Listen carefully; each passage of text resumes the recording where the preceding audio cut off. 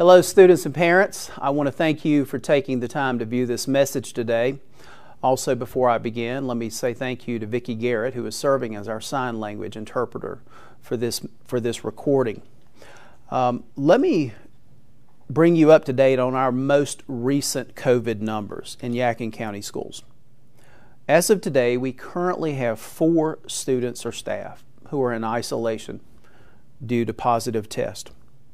We have 2 at one school and 1 case each at 2 other schools. We have 11 schools that have no active cases. We haven't seen anything this low since August of last year when school began. As many of you know, our elementary schools returned to what is known in North Carolina as Plan A back in October. Under Plan A, elementary schools can have all students attend school every day.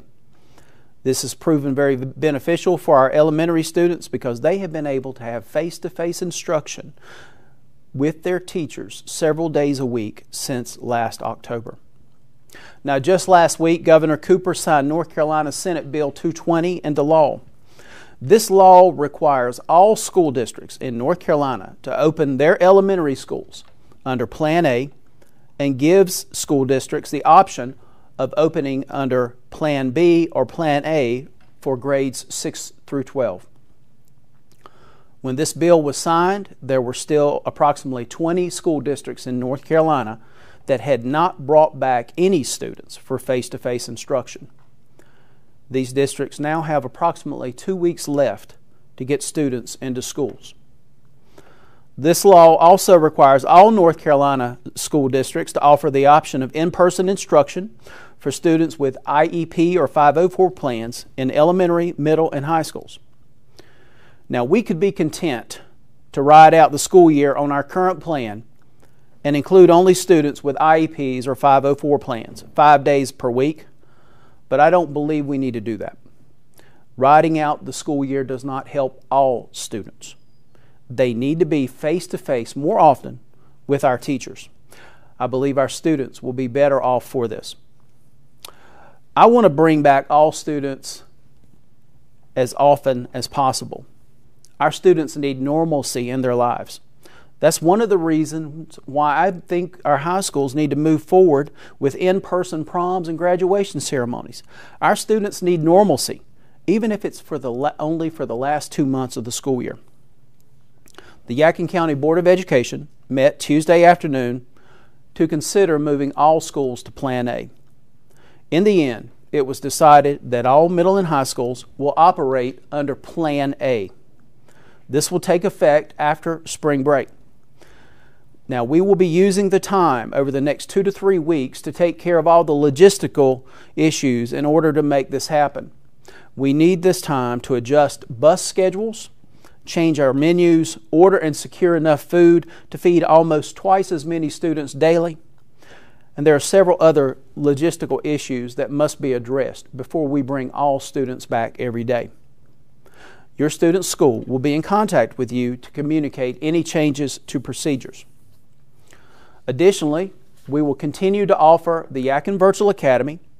Students in the Yadkin Virtual Academy can continue with their virtual courses for the rest of this school year. It was also decided to keep Wednesday, April 14th and Wednesday, April 28th as remote days. We have several trainings lined up for our teachers on those 2 days that would be very difficult to reschedule otherwise. Therefore, we will be easing into Plan A after spring break. Monday, April 5th was already scheduled and will continue to be a teacher workday. We will have 4 full in-person days the rest of that week. The following week, we will be in session Monday, Tuesday, Thursday, and Friday, with Wednesday, April 14th being a remote day for all students. The 3rd week after spring break will be our first full 5-day week for elementary, middle, and high school students. Pre-K classrooms will operate under the same schedule as all of our other classrooms. Now, we will continue to monitor school numbers, district numbers, community, county, and state COVID numbers. If the data shows a spike, we will keep open the option of changing course. Now, as we transition after spring break, we need to keep some things in mind.